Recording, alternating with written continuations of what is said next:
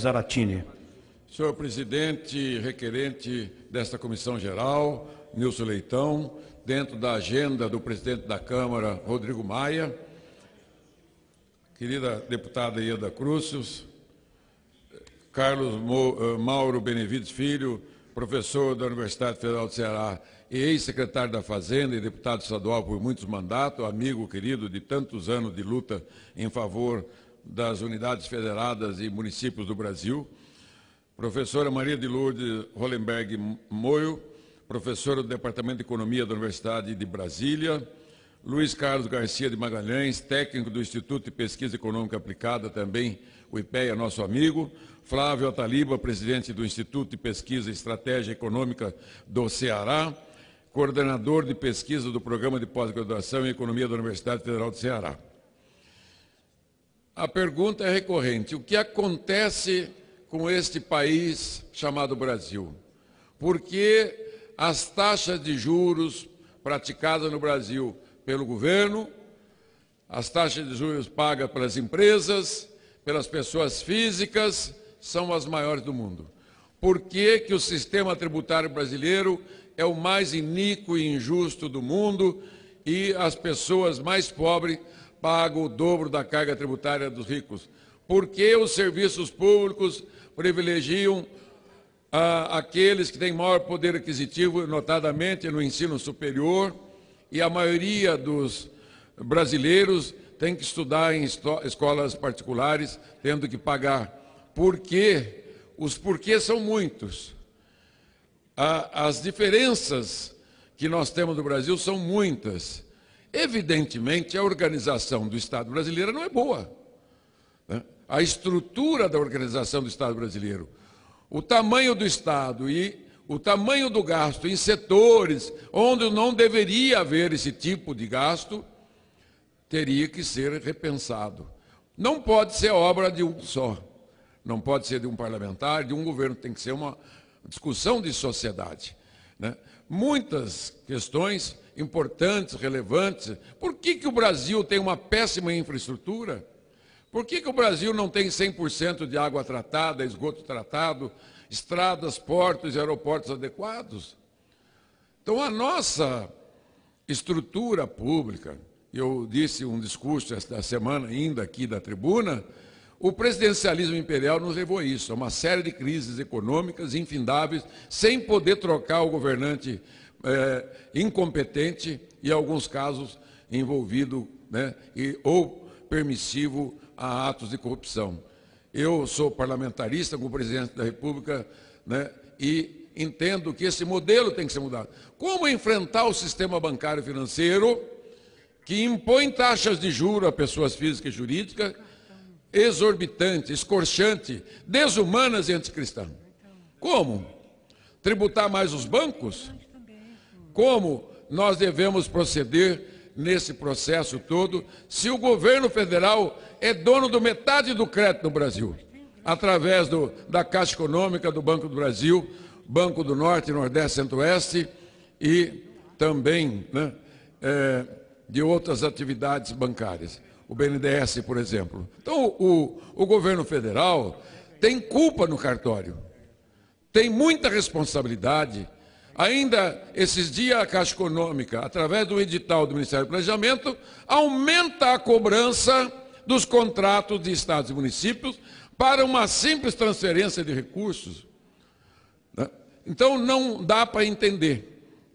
Se o spread bancário envolve o custo administrativo, a inadimplência, que está em 5,1%, os impostos indiretos, que fala que está em 22%, 23%, 24% do spread, o compulsório e a margem de lucro, por que que o meu cheque especial, cliente exclusivo do Banco do Brasil, não tenho conta em outro banco, aqui há 27 anos, meu cheque especial, maior do que estava no discurso do Rodrigo, meu cheque especial rotativo, está hoje 344,57%. Cliente que nunca atrasou uma prestação, dos empréstimos consignados que eu tenho, do carro emprestado que eu tenho, e de outros empréstimos do 13º, etc. No 13º é uma vergonha, né? Dá um juro acumulado de quase 100% ao ano.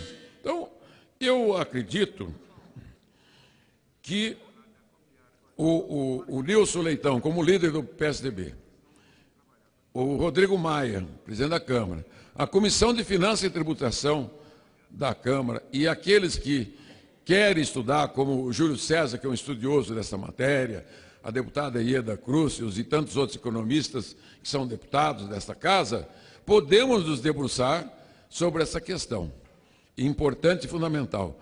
62 milhões de pessoas físicas estão inadimplentes. Metade das empresas brasileiras estão inadimplentes.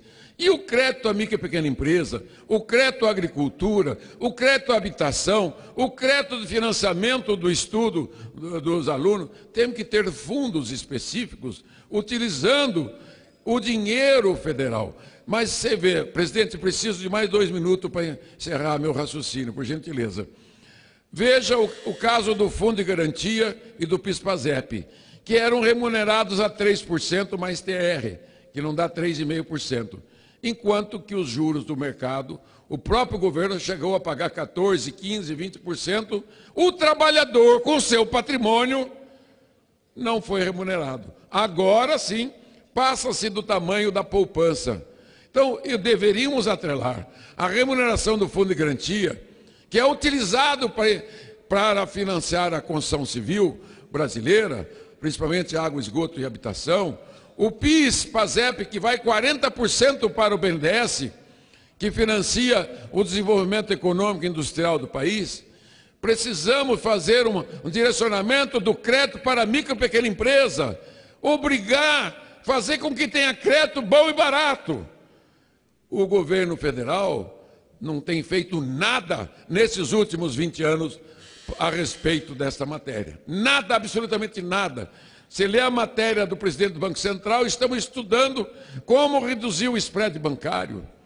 Ora, se ele hoje paga menos de 7% ao ano, com a inflação baixíssima, menos de 3%, e a sociedade tem que carregar essa carga de burro para os bancos terem os maiores lucros do mundo, alguma coisa muito errada está.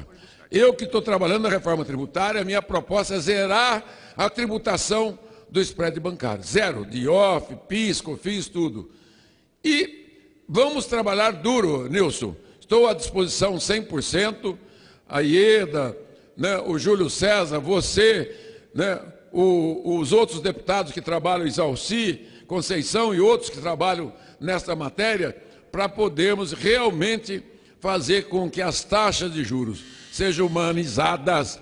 E eu proponho uma revolução tributária simplificadora, tecnológica, também para diminuir a carga tributária sobre os pobres e principalmente também sobre as taxas bancárias. Então, minha palavra é esta, um importante momento da vida da casa. O parlamento tem a autoridade, em nome do povo, de fazer com que o governo, o Banco Central, a FEBRABAN, Banco do Brasil, Caixa Econômica, BNDES, os bancos do Norte, Nordeste e Centro-Oeste, diminuam suas taxas de juros unilateralmente para puxar essa situação. E nós devemos dar respaldo legislativo no que couber, para que o Brasil possa ter crédito para desenvolver as micro e pequenas empresas, principalmente nesse momento que o empreendedor é por necessidade e não por vocação.